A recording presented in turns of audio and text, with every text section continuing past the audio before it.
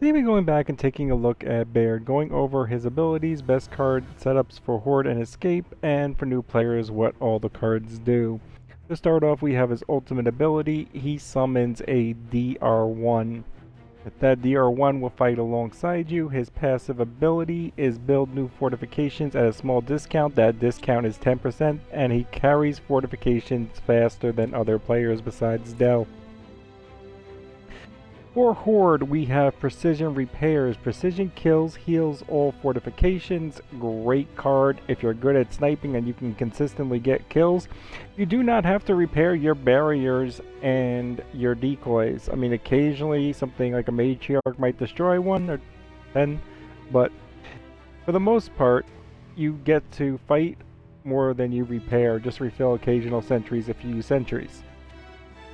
Next up, we have the Bloody Support, which is precision damage causes bleed damage when the DR1 is ready. So if you call in your DR1, the moment you call it in, you lose your bleed damage. If you don't already have the DR1 active, you do not get the bleed damage, but while it's active, you will get bleed damage on the Marksa, Longshot, M-Bar, and the Torque Bow. Experimental weapons increase damage with DB weapons, which is why I like this combo for the M-Bar and the Longshot. Mostly the M-Bar personally.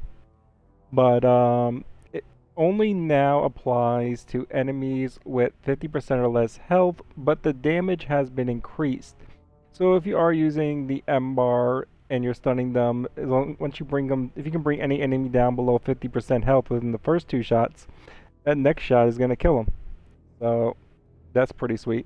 And the long shot as well, back-to-back shots at 50% or lower health is really going to hurt. Shock grenades too. The shock grenades is actually really nice to always have on hand with Baird. Next up, we have the Global Overclock. Another card cannot not have. You gotta have this card. His overclock is actually very significant. At level 5, 50%, level 6, 55%. His actually really speeds up the regen rate. Dell's is okay, but Baird's is like a must have. Well, Dell is too, but anyway. For the 5th card, I still like the Bloody DR1, even though 95% of the gameplay in a Horde match, I'm not calling in the DR1 and I'm using the bleed damage on my precision weapons. For mini bosses, more bosses than mini bosses, because like I really don't need the Bloody Support on wave 11. So for a boss I might call it in unless it's like a rep. And the mini bosses are if shit just like hits the fan, it is nice to have the DR1 with the bleeding damage. But yeah, I use it as a last reserve. I try not to call it in, like it's just a safety net card, considering the rest of his cards aren't that useful for Horde. I mean, you have this, but really when you're sniping, you'll occasionally get them, but it is a potential card if you like it. Melee resistance, you really shouldn't be out in melee range too much. You're getting meleeed constantly, something's already wrong. The other potential 5th is, though, the Global Sentry upgrade. This one is potential 5th. Every resistance is a potential 5th. And Nerves of Steel is also one, but really shouldn't have that many enemies near you while you're repairing, or you're going to likely go down a few times. So onto his escape setup. For his escape setup, we still have experimental weapons and Bloody Support. We also have the Bloody DR1. Those 3 are pretty much really good in any escape match. Any escape match where he's playing, there should be an M-Bar, Longshot, Torque Bow, or Marksa. Otherwise, he's really not that useful. And you're going to be running those 3 cards. You can save your Bloody DR1 for the gate, or if you absolutely need to.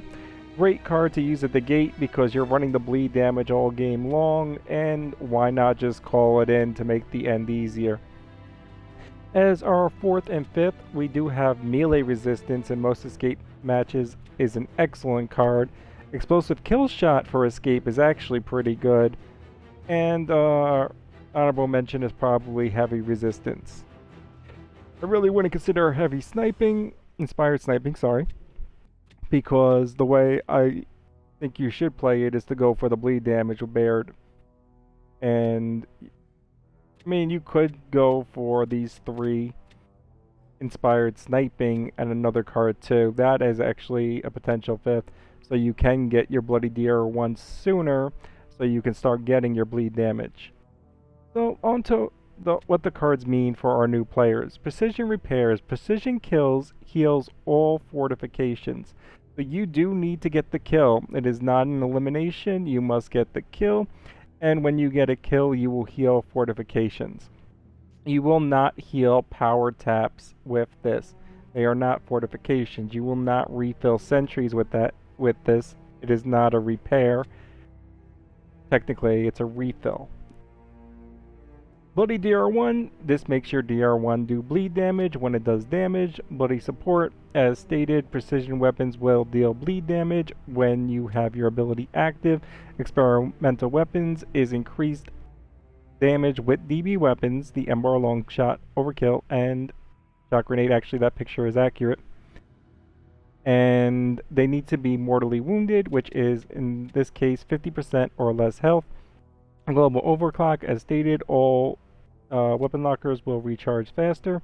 Standard score boost card for your re-up.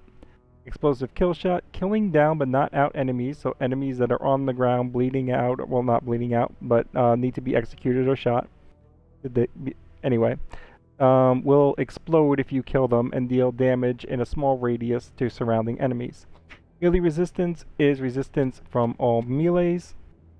Nerves of steel, you repair faster when enemies are nearby. There it is, actually, they clarified this one now, 10 meters. Parting gift, stupidest card in this.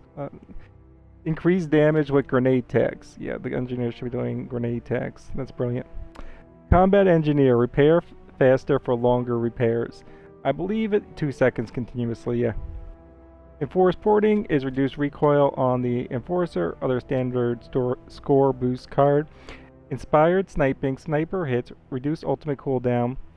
Now, it is 4 seconds within each other, so you need to get, the first shot isn't going to count. The second one, if you get it within 4 seconds, then you'll get the cooldown.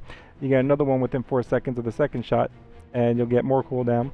Heavy resistance is damage resistance from heavy weapons, and your global sentry upgrade makes all your sentries, well, your MG machine gun, not your shock sentries, do increased damage. And that is my opinion of the best card setups for Horde and Escape, and all cards and abilities explained for Baird post Season 4. I hope that helps.